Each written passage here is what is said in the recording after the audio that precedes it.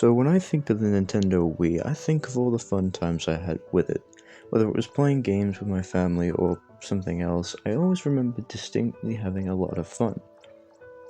Until it was when I was on my own.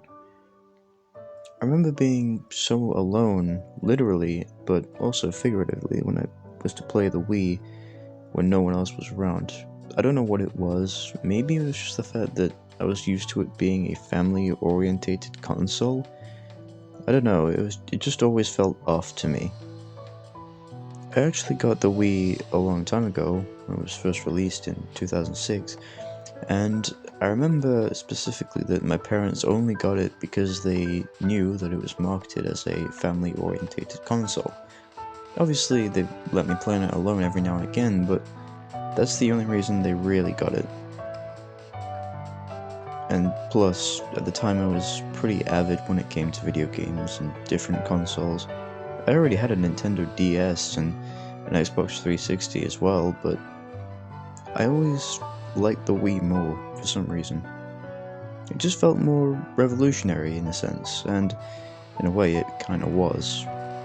Both in its title, if anyone remembers the old demos or tech demos that were released. I believe it went by that name, but that's just a guess. But anyway, I'm getting off track. What I really want to talk about today is an experience I had, which, as a kid, I never really bothered to bring up until now. It may just be a spooky little story, but I have a feeling there's something more to it. It's only recently that I actually thought about it and maybe thought that other people had the same experience.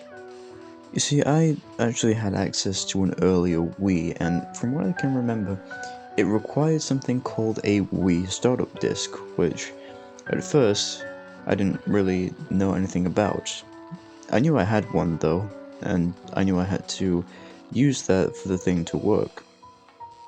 I also, in addition to the Wii startup disc, had another one. This one was called the Wii Detection software. I don't know what this was really for, all I knew is that it had some kind of software that enabled the Wii to detect other things like discs, data, and other things. I think it was mainly meant for updates and things like that, but I don't understand why that software wouldn't already be pre-programmed onto the console itself. And even weirder, when I first used the disc, it came up with an entirely new error screen which simply said, "We have a problem." And I don't mean W-E as in we have a problem, I meant as in the name of the console, W-I-I. At first I thought it was some clever pun, maybe not to alert people or scare them too much, but from that day onwards I just never used the disc and it turned out fine. Although, there was one other thing about it. It seemed to have downloaded onto the Wii itself, so now I had the actual channel available on the Wii. However, when I tried to access it, it would always boot me out and take me to somewhere else. It could be a random channel, or it could just be back to the Wii menu. It was a bit unpredictable, to be honest. I also remember that the Wii Detection software would always seemingly alert me of different things whenever I played a game. And what I mean by this is that it would always seemingly make some kind of notification appear before I start the game, such as we have detected something. And it could be an error, it could be a warning about perhaps not playing on the console for too long, or something else of that nature. Really, it was just this creepy message that would pop up on my Wii whenever I least expected it. I also had the sudden feeling that whenever I was playing it alone, the Wii would almost sort of try to communicate with me in a way, with these pop-ups. They would always be personalized to me specifically. I remember one time actually, while I was playing on the Wii alone, and everyone else was busy doing whatever, I was playing Mario Galaxy, and I noticed that I needed some new batteries because, well, the ones I had for my Wii remote were now completely dry. dead, and also if I didn't get any, I just wouldn't be able to play the game.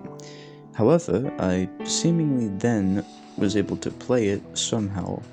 The batteries just worked all of a sudden. And on top of all that, something else pretty weird happened.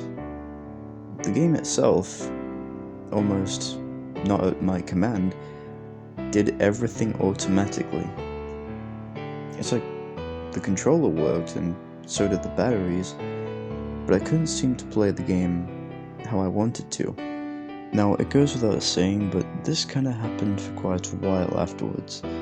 It would be occasionally, not so often, certain times, but nevertheless, it annoyed me and both concerned me, because at first I thought maybe I do in fact have a faulty Wii that needs to be fixed. Now, like I said, I would also get those occasional messages that were directly personally linked to me.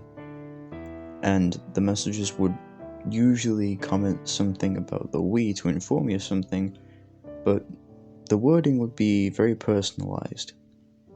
I also noticed that one time, when I was about to switch off the Wii and actually take a break, the Wii recommended that I do that before I could even basically get a chance to shut off the system.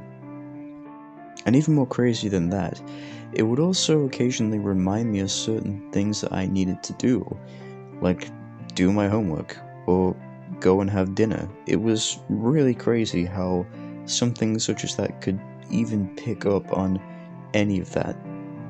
I mean, maybe my parents had installed the parental controls on it, but even then, it still wouldn't make sense. How could a console like this be so personalized as to completely change its directive and remind me of things like an AI would? It just didn't make any sense to me. And perhaps the most craziest incident of all would be one time when I got a little bit too angry with the Wii because I lost, I believe I was playing Mario Galaxy, and I basically lost all my lives, and because of that, I got a little bit angry, and I threw my Wii remote around. I remember shortly after that, the game shut off, and instead I was greeted to a black screen with the words "Don't Rage." It scared me enough, surprisingly, to just shut off the console and go up to my room. After that, I just played on my 360 for a bit, and I think I was playing Minecraft or some other game.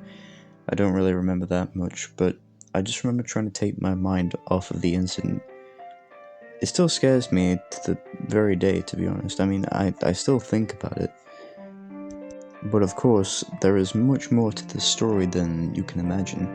This is only scratching the surface of the creepy incidents that have followed since the years, and maybe I might be able to tell you a little bit more soon. But as unfortunate as it is, I kinda have to go. Somebody's knocking at my door, and I think it might be the recent package I ordered. I better go answer that real quick.